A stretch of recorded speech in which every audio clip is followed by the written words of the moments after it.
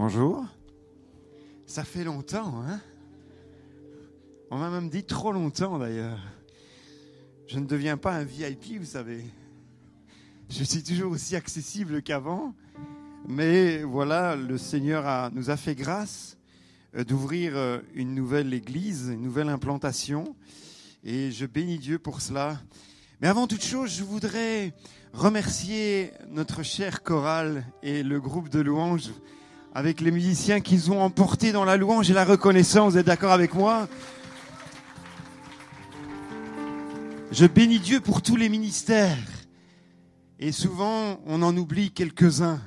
Mon fils, ce dimanche, est retenu dans son église, à l'église de Rosset, où nous avons servi pendant plusieurs années là-bas. Et il avait vraiment cette tristesse au fond du cœur, mais le ministère n'attend pas. Alors il est au multimédia et je sais que ces personnes-là souvent aussi sont un peu mis de côté parce que c'est des ministères dans l'ombre. C'est pas vrai? Et on voudrait les acclamer aussi ce matin, les remercier pour le travail qu'ils font là dans l'ombre, qui nous permet justement de pouvoir suivre les cultes en direct avec un super cadrage. Et je sais que vous avez aussi des gens ici qui sont compétents, qualifiés et qui aiment le Seigneur. Parce qu'on peut être qualifié et compétent, mais avoir un cœur partagé. Là, je sais qu'ils servent de tout leur cœur et on veut vraiment les bénir dans le nom de Jésus. Et oui, comme disait une pasteur Hugues, eh bien, ça fait presque un an ici, en septembre, nous allons fêter notre première année de cette nouvelle implantation de l'église. Alors, elle se situe bien entendu à Gosselies. J'ai jamais été aussi près de chez moi à l'église. Je pourrais aller à pied. J'ai fait parfois des dizaines de kilomètres pour aller dans une église où nous avions implanté autrefois à Braine-le-Comte. Et ici, Dieu nous a fait grâce. Vous savez, depuis plusieurs années maintenant et avant le Covid, j'avais vraiment à cœur ma ville, ma région, l'endroit où le Seigneur m'avait fait grâce de construire ma maison. Et je voulais absolument que Dieu fasse une œuvre là dans cette ville. Parce que la Bible dit qu'il y a un peuple nombreux à sauver aussi à cet endroit-là. Et pendant des années, nous avons prié. Et puis le Covid est arrivé et cette œuvre, ou en tout cas ce désir d'implanter, a été un tant soit peu ralenti. Mais Dieu a fait grâce et nous a ouvert les portes l'année passée en s'implantant dans un hôtel. Et je me souviens de cette introduction du pasteur avec qui je travaille, pasteur Bernard Laverdure, qui a dit ceci: il n'y avait pas de place pour lui dans l'hôtellerie et nous l'accueillons à l'hôtel. Et j'ai bien aimé cette introduction parce que c'est vraiment là que Dieu nous a placés en ce moment. Et je dis bien en ce moment parce que nous avons ce désir, bien entendu, d'obtenir notre propre bâtiment. Et par la grâce de Dieu, bien cette semaine, nous allons encore en visiter quelques-uns. Et vraiment que le Seigneur ouvre les portes. Et je sais que vous priez pour nous aussi, comme nous on prie pour vous, pour l'église ici à la Borne. Nous travaillons avec une équipe qui est composée de 8 personnes et qui gravitent tout autour de nous. Et nous sommes tellement heureux de pouvoir travailler ensemble à l'œuvre de Dieu. Et ce matin, je sais qu'il prie pour nous ici et pour moi, bien particulièrement, pour que le message que le Seigneur a déposé sur mon cœur ait un impact dans vos vies. Amen. Qu'il y ait un impact dans vos vies. Alors nous allons avoir notre premier camp d'église fin septembre. Et puis en même temps, Dieu nous a fait grâce d'avoir des baptêmes d'eau. C'est pas beau ça ? En un an, et nous bénissons Dieu pour cela. Chaque semaine, nous nous réunissons à partir d'octobre. Et la semaine, nous avons à différents endroits, pas très loin de l'implantation, une réunion de prière. Parce que la prière est importante. Oh, je pensais que vous alliez dire Amen. La prière est importante, mes amis. Elle est plus que importante, plus que le culte. On n'avait pas l'air de me croire. Le culte, on vient louer, on vient célébrer, on vient adorer le Seigneur. Et le mardi, lorsque nous avons notre réunion de prière, nous intercédons, nous demandons à Dieu d'agir, de visiter, de bénir et d'encourager, de permettre au plus d'un de venir à l'écoute de la parole du Seigneur. Gloire à Dieu. Je viens aussi, avec mon épouse, de terminer quelques jours de vacances. Et vous savez, un pasteur n'est réellement en vacances jamais dans l'année. On est peut-être un peu déconnecté de l'église et du ministère, mais on reste connecté avec Dieu. Et ces temps de vacances m'ont permis de me recentrer sur moi-même. De me recentrer sur ma vie, non pas mon ministère, non pas l'église, mais ma vie avec Dieu. Et je prends toujours ces temps de vacances avec beaucoup de sérieux parce que c'est là que je veux rencontrer mon Seigneur. Pas que je ne le rencontre pas dans l'année. Mais parfois les activités font que il y a le temps presse, le temps passe et quelque peu on a moins le temps. Bien qu'on essaye de le prendre, et il faut le prendre, mais ces temps de vacances sont là justement pour nous permettre de nous recentrer sur nous-mêmes. Et pendant ces vacances, je priais déjà pour le culte de début d'année, du mois de septembre, pour l'église, et je priais en même temps pour ce culte aujourd'hui, qui quelque part termine les vacances scolaires, puisque vous savez que je suis enseignant et que demain, avec notre sœur Solange, nous allons reprendre le chemin de l'école. Et que quelque part, je voulais marquer le coup et je sais que Dieu a un message ce matin pour nous. Il n'y a que le pasteur Thierry qui est d'accord. Dieu a un message pour toi, mon frère, ma sœur. Et en ces temps où nous sommes, nous avons besoin que le Saint-Esprit vienne et toujours et grandisse et vienne nous visiter, nous transformer et nous changer. Et c'est pour ça que j'ai donné comme titre le réveil. Nous avons besoin du réveil. Alors que je me tenais devant Dieu pendant ces vacances, je me disais, Seigneur, envoie le réveil. Non pas seulement sur l'église, mais d'abord sur moi. Envoie le réveil en moi, Seigneur, afin que lorsque je serai bouillant, je puisse ébouillanter tous ceux qui m'entourent. Alors que je serai tout près de toi, je pourrai être au contact de celui qui est froid et le réchauffer quelque peu. C'est d'abord par moi que cela passe, mes amis. On prie pour le réveil et je suis persuadé tout à l'heure, brièvement, nous en avons parlé avec le pasteur Thierry. On sait qu'en Belgique, ça a toujours été très, très compliqué au niveau de l'évangile. Et depuis quelques mois, voire quelques années, il y a quelque chose qui se passe. Le Saint-Esprit travaille, le Saint-Esprit touche. Nous sommes très heureux de pouvoir dire que même dans notre propre famille, alors qu'ils étaient quelque part Ils ne voulaient rien entendre de la part de l'évangile. Aujourd'hui, ils sont plus ouverts. Et j'ai même 2 de nos tantes qui viennent à l'église. Gloire à Dieu. Et je sais, nous avons prié avec mon épouse pour que notre famille soit sauvée. Moi et ma maison, dira Josué, nous et nos familles, c'est par là que cela commence. C'est notre témoignage vis-à-vis de tous ceux qui nous entourent et notamment tous ceux qui nous voient vivre chaque jour. Alors oui, il faut du temps. Et le temps de Dieu n'est pas le nôtre. Mais je sais que Dieu fait son œuvre en silence. Et je bénis Dieu pour cela. J'aimerais faire une lecture ce matin dans Genèse chapitre 45, versets 27 et 28. Genèse chapitre 45, versets 27 et 28. Vous allez dire, c'est bizarre. Un texte sur le réveil, un texte comme celui-là, et pourtant, il a beaucoup à nous apprendre ce matin. Pour expliquer un peu l'histoire, pour ceux qui connaissent leur Bible, Joseph a été vendu par ses frères. Et ils ont fait croire à leur père, et pendant cela plus de 20 ans, qu'il avait été dévoré par une bête féroce. Ils avaient trempé la tunique sur un animal rempli de sang et l'envoyé à leur père. Reconnais si cela est la tunique de ton fils. Et Joseph, lui, était en Égypte, et Jacob ne pouvait pas supporter le deuil de son fils. Et pendant plusieurs années, son esprit a été éteint. Il était là de corps. Et la Bible nous dit que tous ses fils sont venus.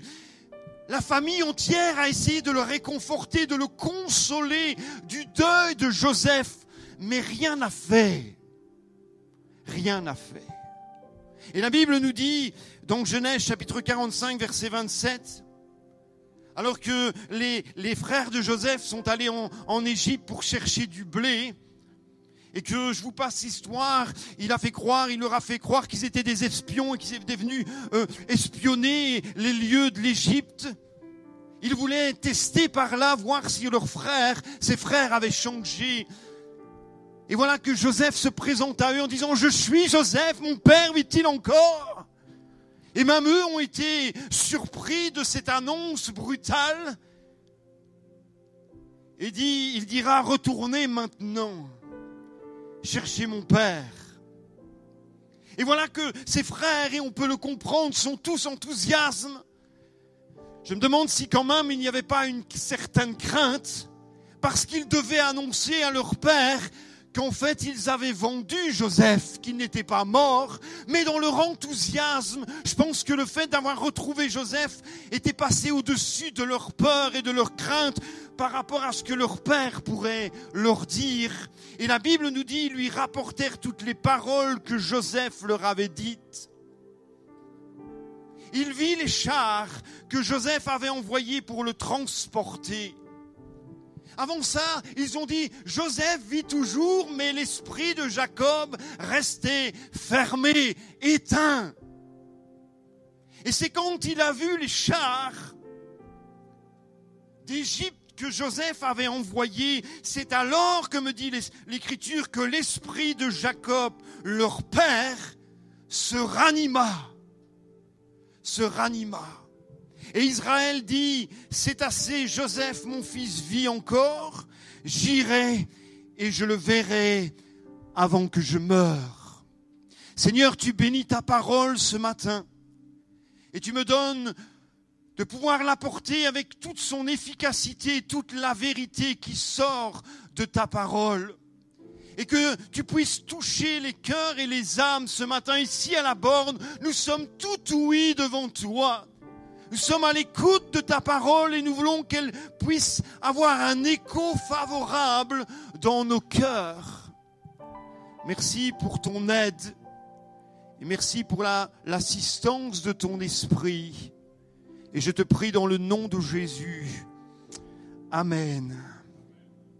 Vous savez, lorsque nous parlons de réveil, nous évoquons en général des événements impressionnants, comme de nombreuses et bouleversantes conversions, des guérisons, des miracles, des prodiges. Nous savons que le Saint-Esprit travaille avec toutes sortes de manifestations. Et souvent, lorsqu'on parle de réveil, eh bien, on pense à cela. Et c'est vrai que la Bible dit que, et je priais pendant ces quelques congés, j'ai dit, Seigneur, toutes les fois que j'apporte ta parole, elle me dit qu'il est accompagné de miracles, de signes, de prodiges. Et je veux voir cela. Je veux le vivre cela. Je ne veux pas simplement que ce soit de ta parole qui me le dit, mais que c'est ça, une conviction au fond de mon cœur, qui puisse être suivie de tous ces signes miraculeux. Vous êtes d'accord avec moi? Et quelque part, quand on pense à ce réveil, eh bien, on invoque généralement des événements impressionnants par rapport à la prédication de l'Évangile. Ce sont bien entendu des choses qui accompagnent ou qui sont le produit du réveil, qui, comme nous allons le voir, prend naissance dans notre être profond, dans notre être profond. Dieu veut travailler dans chacune de nos vies, d'une manière individuelle. Et ce matin, que l'on soit jeune ou que l'on soit âgé, peu importe, le Saint-Esprit veut se saisir de nous si nous sommes prêts à accepter ce qu'il désire et ce qu'il veut. Moi, ce que j'aime chez le Seigneur, c'est que c'est un gentleman, mes amis. Il ne force jamais personne, mais celui qui est prêt à le recevoir, alors il vient et il habite en cette personne. Ça, c'est l'œuvre de Dieu. Le réveil se manifeste dans différents domaines. Et notamment, la première des choses, mes amis, c'est la conscience du péché. On essaye aujourd'hui, dans notre monde moderne, d'essayer de galvauder ce mot ou de changer un tant soit peu en disant c'est une erreur. Mais le péché n'est pas une erreur, mes amis. Le péché reste grave aux yeux de Dieu et ne peut pas être toléré. Ne peut pas être toléré dans ma vie. Je dois absolument être conscient que le péché m'éloigne de Dieu. Et que tout ce qui prend position devant Dieu ou qui prend la première place, eh bien empêche Dieu d'agir en moi. Et empêche le Saint-Esprit de travailler en moi. Et voilà ma prière, Seigneur, rends-moi conscient de l'état dans lequel je suis. Et si quelque chose m'éloigne de toi, écarte de cela de moi et permets-moi que je puisse te demander pardon afin que tu puisses travailler dans ma vie comme tu le désires. Les temps de la fin sont là, mes amis, et il nous faut, vous et moi, nous réveiller. Je ne veux pas simplement passer des bonnes heures dans la maison de Dieu et demain matin vivre ma vie tout à fait naturellement sans avoir entendu ou sans avoir continué à vivre ce que j'ai vécu ce matin. Je veux continuer, que ça soit continuel en moi, que cette connexion ne s'arrête pas le dimanche à 12h30, mais qu'elle puisse se poursuivre jusqu'au dimanche prochain. Qu'elle puisse se poursuivre toutes les fois où il y a une rencontre, où je vais zéler dans la maison de Dieu parce que j'aime la maison du Seigneur. Et je ne veux pas m'en priver. Je dis toujours, mes amis, il n'y a qu'une seule chose qui peut m'empêcher d'être dans la maison de Dieu. Deux choses. Et encore, la deuxième peut... La première, c'est le travail. Parce que j'ai des impératifs. Et que je ne peux pas déplaire à celui qui m'a engagé. Bien que là aussi, j'aurais des témoignages à rendre, et je pense que je vous l'ai déjà rendu. Et la deuxième, c'est la maladie. Si je suis alité. Ce sont deux choses qui pourraient et qui peuvent m'empêcher de monter dans la maison de Dieu. Mais je ne peux pas prendre comme excuse que je suis fatigué, parce qu'on est dans un monde où on est éternellement fatigué. Moi, le premier, je suis fatigué, mais je vis avec la force que Dieu me donne. Je vis avec le Saint-Esprit en moi. Je veux vivre avec ce que Dieu m'accorde et m'apporte. Si je compte sur moi-même, oh mes amis, je ne viens pas aujourd'hui. je reste chez moi. Je serais tellement mieux dans mon fauteuil. Mais parce que j'aime Dieu, j'aime son Église, j'aime son œuvre, j'aime le Seigneur, que je suis là, dans sa maison. Pourquoi ? Pour lui apporter la louange et la reconnaissance. Parce qu'il m'a tellement aimé, que je veux l'aimer en retour. Et ce que je peux lui apporter est infime, mes amis, par rapport à l'amour qu'il me témoigne. C'est tellement faible. Et d'ailleurs, parfois, les mots me manquent pour exprimer ma gratitude vis-à-vis de Dieu. Parce que c'est tellement faible, mais je sais que Dieu voit au-dedans de moi et qu'il peut, être heureux et qu'il peut se réjouir de ce qu'il a fait, ce qu'il a mis dans ma vie. Et ça, c'est important. C'est important, mes amis. La Bible nous parle de différents domaines. La conscience du péché ou la conviction du péché. Aujourd'hui, on croit que ce que l'on fait est bien alors que le Saint-Esprit, depuis des mois, me montre que c'est mal. Mais on fait avec. On a un peu cajolé le péché. On l'a mis à notre portée, à nos côtés. On l'aime, ce péché, et on a du mal à s'en séparer.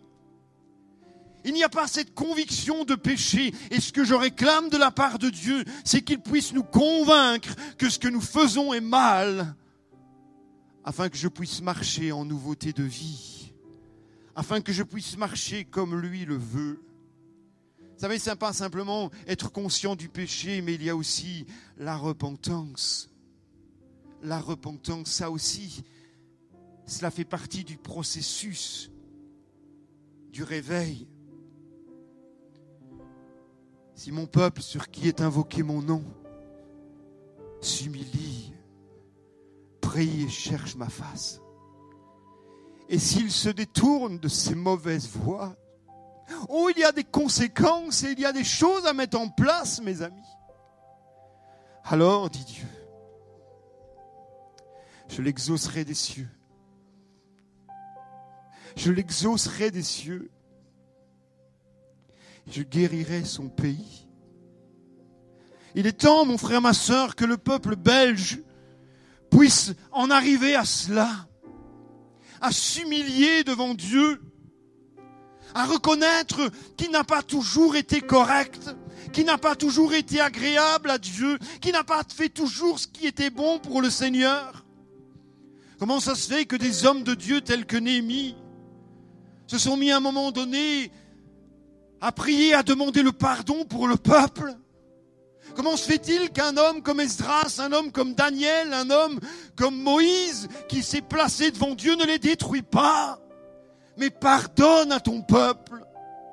Nous, en tant que dirigeants et en tant que leaders spirituels, nous avons le devoir. Et cette semaine, pendant une visite et une rencontre, je disais, je veux demander pardon pour cette personne qui t'a fait cela, qui t'a blessé, qui t'a fait du mal.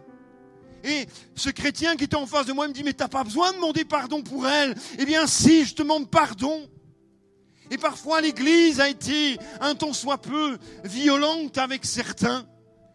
Et en tant que leader, eh bien on demande pardon. Comme Moïse, Père, pardonne-leur. Ne regarde pas, ne les détruis pas. Comme Jésus, Père, pardonne-leur parce qu'ils ne savent pas ce qu'ils font. Est-ce que nous ne devons pas être comme Jésus, mes amis?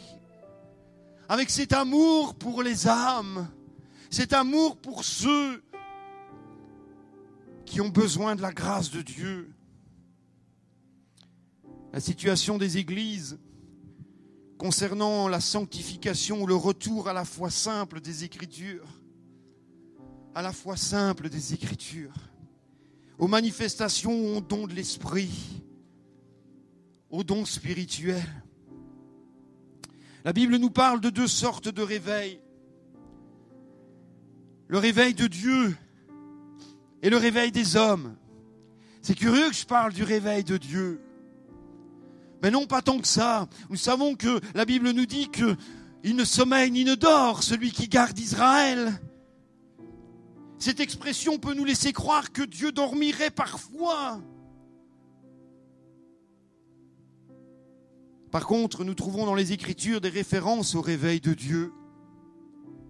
Dans le psaume 44, verset 23, il nous est dit « Réveille-toi, réveille-toi, pourquoi dors-tu, Seigneur ?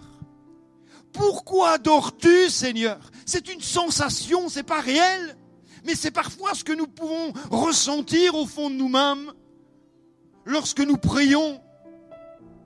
Et ça nous est déjà arrivé. C'est de prier, de ne rien se faire ressentir de la part de Dieu. Où on ne ressent pas. On a l'impression qu'on prie dans le vide. Ça vous est jamais arrivé, cela? Où le ciel est d'airain. Et on aurait tendance à dire comme le psalmiste, mais réveille-toi, Seigneur, pourquoi dors-tu? Pourquoi dors-tu?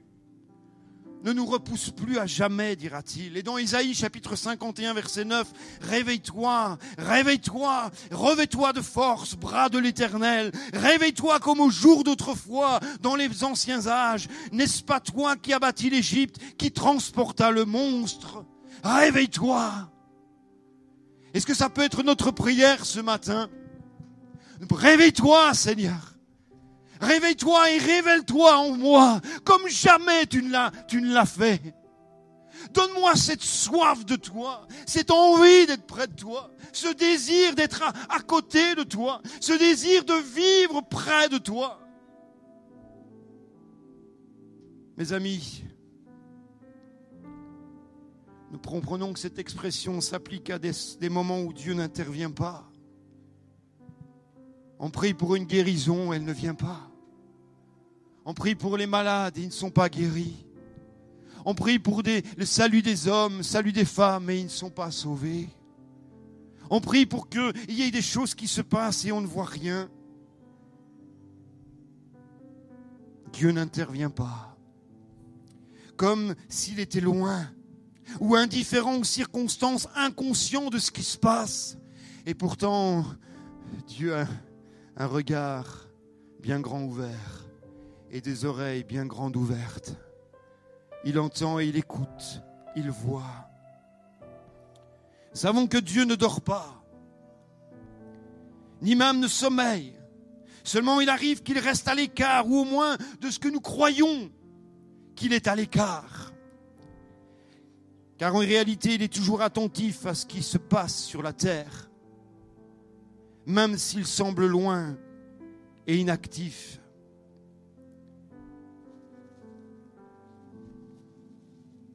Qu'est-ce que je fais lorsqu'il me semble que Dieu est inactif et qu'il ne fait rien? Eh bien, mes amis, je continue à croire. Je continue à espérer. Je continue à croire que Dieu est capable d'agir encore aujourd'hui. Et je reste persuadé que même s'il ne répond pas, il a un autre plan. Il a une autre manière de voir. Ou peut-être il me faut apprendre la patience et Dieu sait que je n'en ai pas. Et pourtant nous sommes à l'école de Dieu. Nous sommes là devant lui à apprendre les leçons qu'il nous applique et qu'il demande à ce que nous les appliquions. Oui, je continue à croire. Je continue à espérer. Je sais que c'est un Dieu qui guérit. Et même s'il ne le fait pas, il a pourtant raison. Eh oui, il a pourtant raison. Parce qu'il connaît mieux l'avenir que nous. Il connaît mieux l'avenir que nous. Quand Dieu nous réveille, c'est mon deuxième point. Dans l'histoire du monde, comme dans celle d'Israël et de l'Église, Dieu est souvent intervenu pour sortir les hommes de leur léthargie spirituelle, les réveiller, leur faire prendre conscience des réalités célestes et divines, de ses desseins pour un peuple, une nation, un individu en particulier, afin de les associer à l'accomplissement de ses plans. Est-ce que je suis participant, moi? Est-ce que je suis actif dans l'œuvre de Dieu?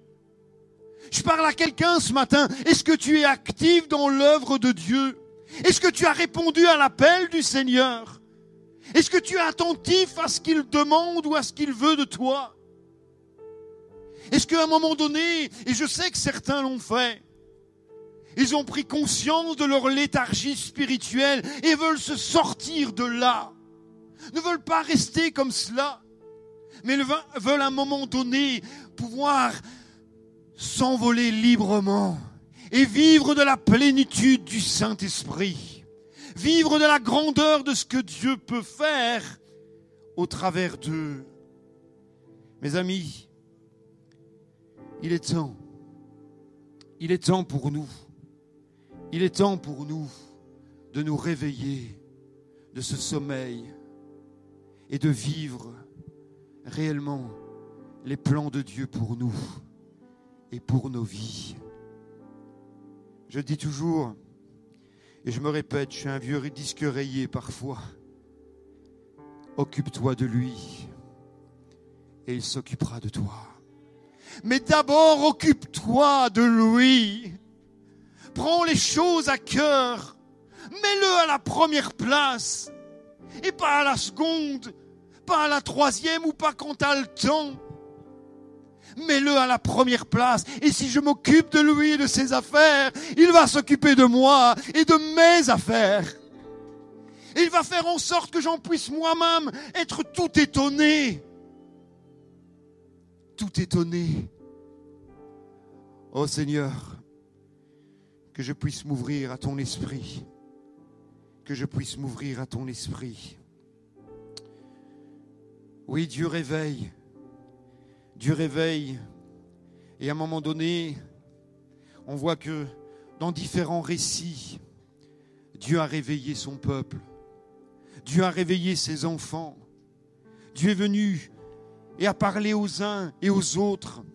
Mais souvent, mes amis, ce n'est pas arrivé à un peuple entier. C'est arrivé à une personne ou deux. Je me souviens, il y a de cela quelques années, un témoignage de 2 sœurs qui s'étaient mises à prier et à réclamer le réveil dans l'église, mais sans le dire à personne. Ils étaient toutes les deux là, jour après jour, en train de réclamer le réveil, en train de réclamer l'action puissante du Saint-Esprit. Et vous savez ce qui est arrivé? Ça a embrasé toute l'église. Le feu est descendu à cause de 2 personnes qui ont pris conscience qu'à un moment donné, il fallait changer, qu'on ne peut pas se satisfaire de ce que nous avons. Vous savez, je ne me satisferai jamais de ce que Dieu a accompli jusqu'à ce jour. J'en veux plus. Parce que je sais que Dieu est capable de m'en donner plus. Je ne me satisferai jamais d'avoir un culte comme ce matin en me disant « Waouh, c'était bon ! J'en veux plus !» Et vous? J'en veux plus. Et je veux que cela puisse continuer lorsque je quitte ces murs. Et que je puisse montrer par ma manière d'agir, ma manière de vivre, ma manière de penser, ma manière de parler, qu'il y a quelque chose de différent. Et que je puisse attirer par cela tous ceux qui m'entourent. Tous ceux qui m'entourent. Daniel a été quelqu'un qui s'est rendu compte qu'à un moment donné, pour vivre cette libération et retourner en Israël, il fallait continuer à prier 3 fois par jour. Il fallait continuer à intercéder. Il fallait continuer à jeûner. Il fallait continuer à prier. Il fallait continuer à se saisir de la parole et de la vivre constamment. Alors je dirais, prier, jeûner et la lecture de la Bible va de pair pour obtenir un réveil dans ma vie. Vous savez, rien n'a changé. Pensez peut-être que ce matin, je vais vous annoncer quelque chose de nouveau. Eh non.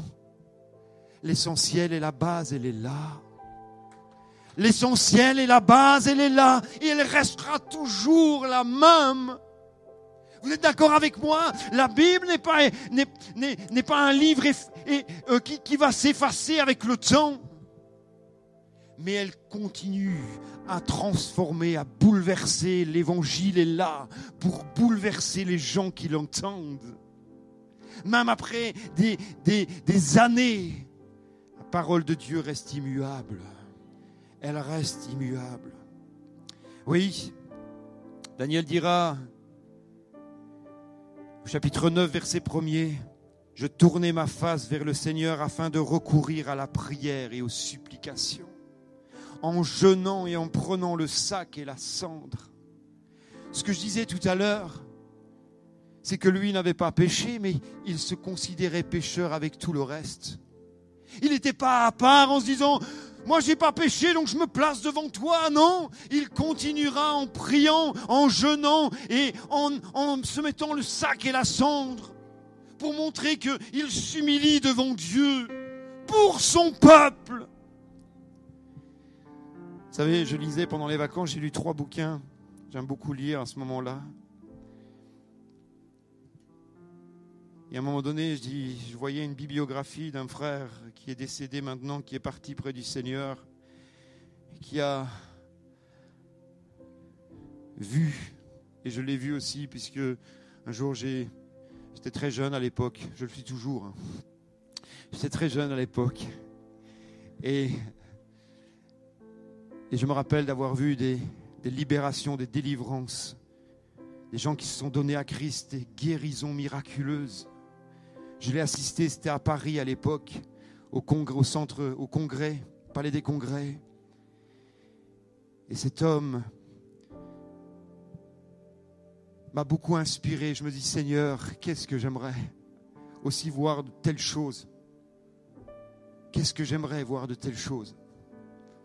Quand on lit des hommes comme Daniel, comme Moïse, comme des hommes qui avaient une trempe, et puis le Saint-Esprit est venu me dire ceci,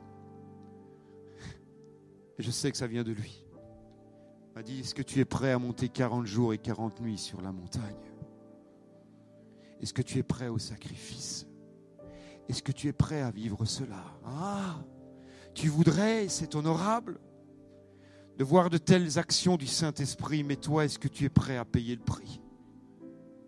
Est-ce que tu es prêt à rester connecté avec moi, jour et nuit? Est-ce que tu es prêt lorsque je viens te secouer la nuit pour prier? Est-ce que tu es prêt à te lever tôt le matin?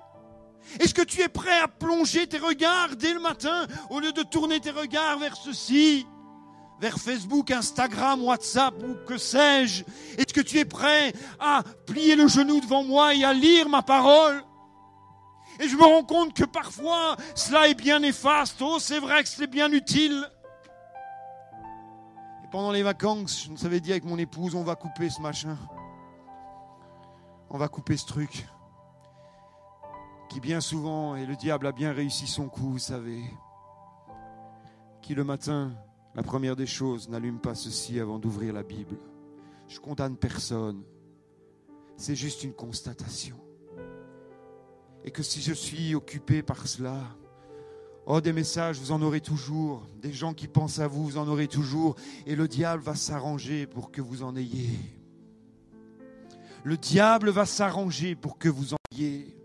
Et ce qui se passe avec ceci, c'est quand on regarde et qu'on commence à perdre son temps, eh bien on prend et on vole du temps à Dieu, qui devrait lui être consacré, qui devrait lui être donné.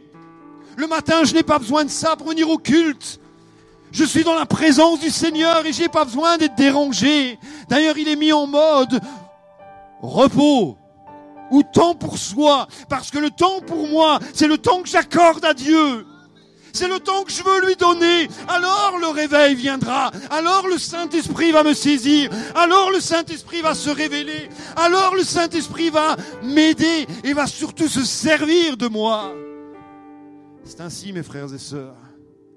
Et souvent, on s'est rendu compte que on n'a plus beaucoup de temps pour prier parce qu'on a été absorbé par toutes sortes de choses. Et vous savez ce que j'ai fait ces derniers temps? J'ai repris ma Bible et je suis parti en vacances avec. Là aussi, on a des applications. C'est formidable. Et j'ai plan de lecture sur mon GSM. Mais je me rends compte que, et mon épouse me le disait, tu es en train de lire et à un moment donné, il y a un message qui s'affiche sur le dessus.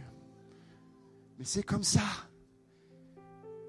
Et ce que je suis en train de lire, c'est ce que Dieu est en train de se révéler à mon cœur et qui est super important.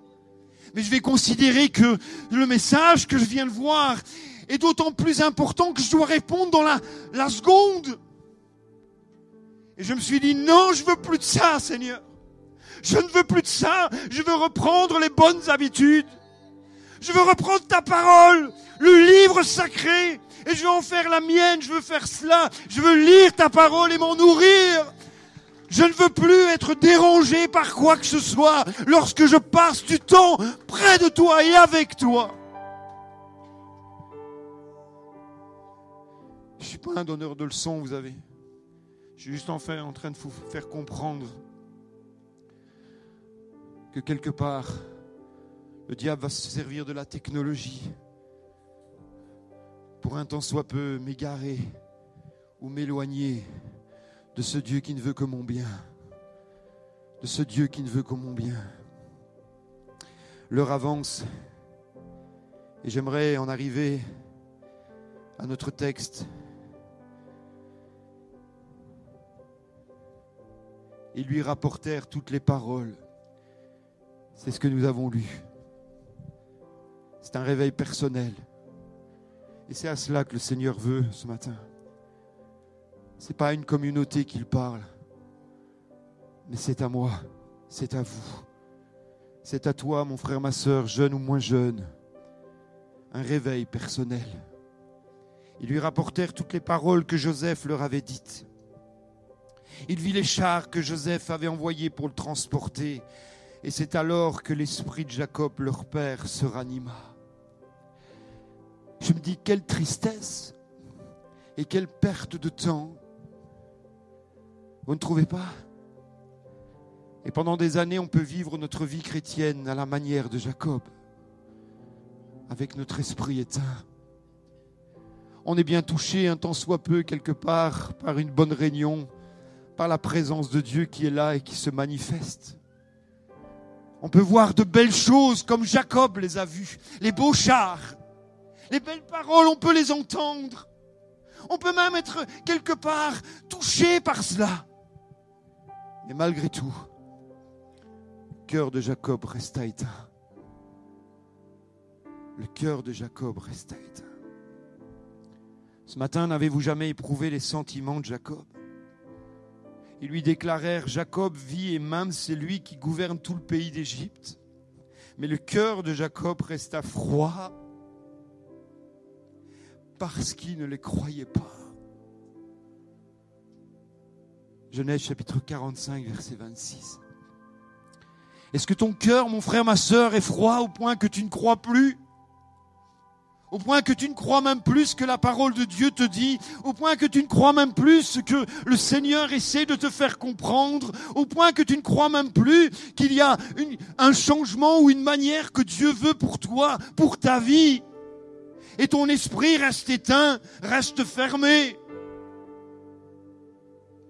Ou tu deviens acariâtre, ou tu deviens quelque part jaloux des bénédictions des autres, ou tu deviens quelque part agressif, même verbalement, au point de croire que Dieu bénit les autres et jamais toi. Alors que tu vois les mêmes choses, alors que tu expérimentes et que tu peux expérimenter les mêmes choses que les autres. Le problème, il est là. C'est que l'esprit de Jacob était éteint et qu'il était froid. Qu'il était froid. Malgré le récit de ses fils. Et c'est lorsqu'il vit les chars que Joseph avait envoyés que son esprit se réveilla. Et Dieu est capable de faire descendre des chars de feu comme Élie. Pour que ton esprit se réveille. Pour que ton esprit puisse enfin se réchauffer à ce que Dieu veut pour toi. À ce que Dieu veut pour toi. Oui, alors, écoutez bien ceci. Jacob redevint l'homme des visions de Dieu. Jacob redevint l'homme des visions de Dieu. Aujourd'hui, tu ne vois plus grand-chose, ou peut-être tu n'espères plus grand-chose. Mais lorsque ton cœur se réchauffe, lorsque ton esprit se réveille, lorsque le Saint-Esprit fait son œuvre en toi, alors ce que tu vois est bien différent que ce que tu as vu auparavant. Ce que tu vois maintenant est bien différent que ce que tu as vécu pendant toutes ces années, ou tous ces mois compliqués, difficiles, que tu as vécu ta vie chrétienne d'une manière terne. Ce matin, alors que le Seigneur est là, le Saint-Esprit passe dans les rangs et veut réchauffer ton cœur et veut ranimer ton esprit. Veut ranimer ton esprit. Je veux terminer. Les Lamentations diront ceci. Voici ce que je veux repasser en mon cœur. Ce qui me donnera de l'espérance. Voici ce que je veux repasser en mon cœur. Ne repasse pas des paroles négatives. Ne repasse pas des paroles de mort. Ne crois pas l'ennemi. Lui va dire, voici ce que je veux repasser en mon cœur. Ce qui va me donner de l'espérance. C'est que les bontés de l'Éternel ne sont pas épuisées. C'est que les bontés de l'Éternel ne sont pas épuisées. Ne crois pas que c'en est fini pour toi. Ne crois pas que c'est terminé. Ne crois pas que Dieu a détourné son regard et son visage de toi. Ça, c'est l'œuvre de l'ennemi. Dieu a toujours un regard attentif sur ta vie. Dieu a toujours une oreille attentive à tes cris. Mais repasse en ton cœur. Ce qui va donner de l'espoir, de l'espérance, c'est que les bontés de Dieu ne sont pas épuisées. Au contraire, elles se renouvellent chaque matin. Et dis avec l'auteur des Lamentations, oh que ta fidélité est grande. Oh que ta fidélité est grande. Je sais ce que tu as fait hier, tu peux le faire aujourd'hui et tu le feras demain. Gloire à Dieu. Oui. Béni soit son saint nom. Est-ce que le groupe de louanges peut revenir?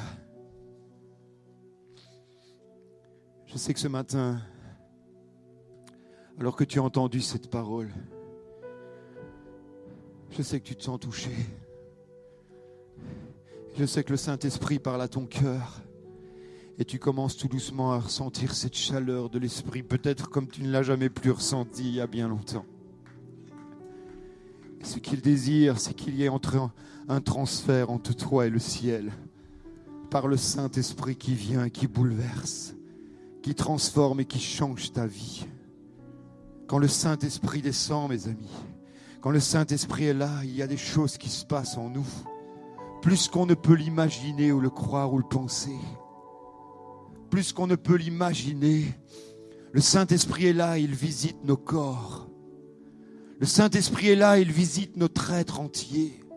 Le Saint-Esprit est là et réchauffe notre âme. Le Saint-Esprit est là et ranime notre esprit. Le Saint-Esprit est là et il fait son œuvre dans ma vie. Seigneur, tu bénis mes bien-aimés. Je te remercie pour ta parole. Et je te prie qu'en cet instant même, elle ne retourne jamais à toi sans avoir accompli son effet.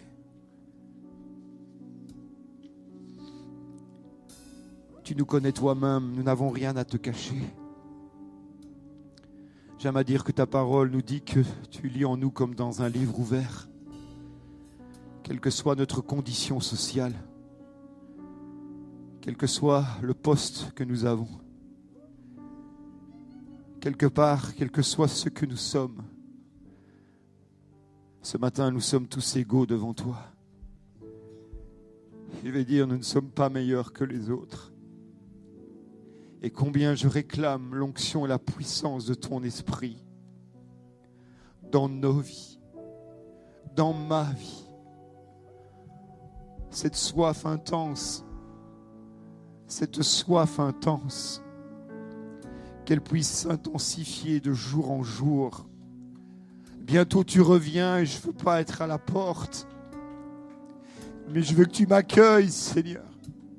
Je veux que tu m'accueilles, ô Jésus. Je veux que tu m'accueilles, ô Père.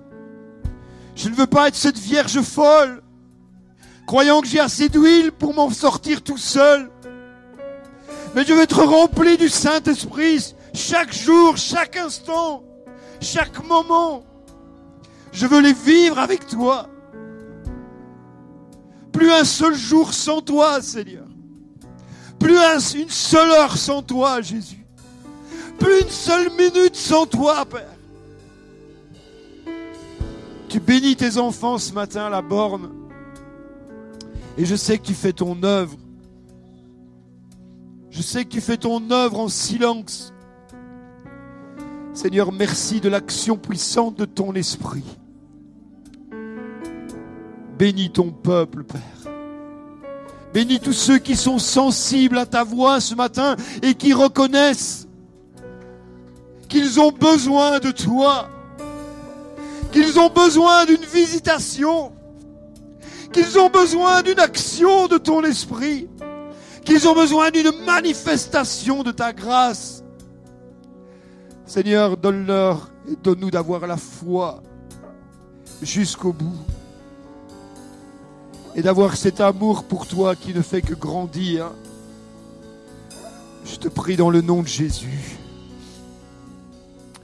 Et tout le peuple dit Amen. Alléluia.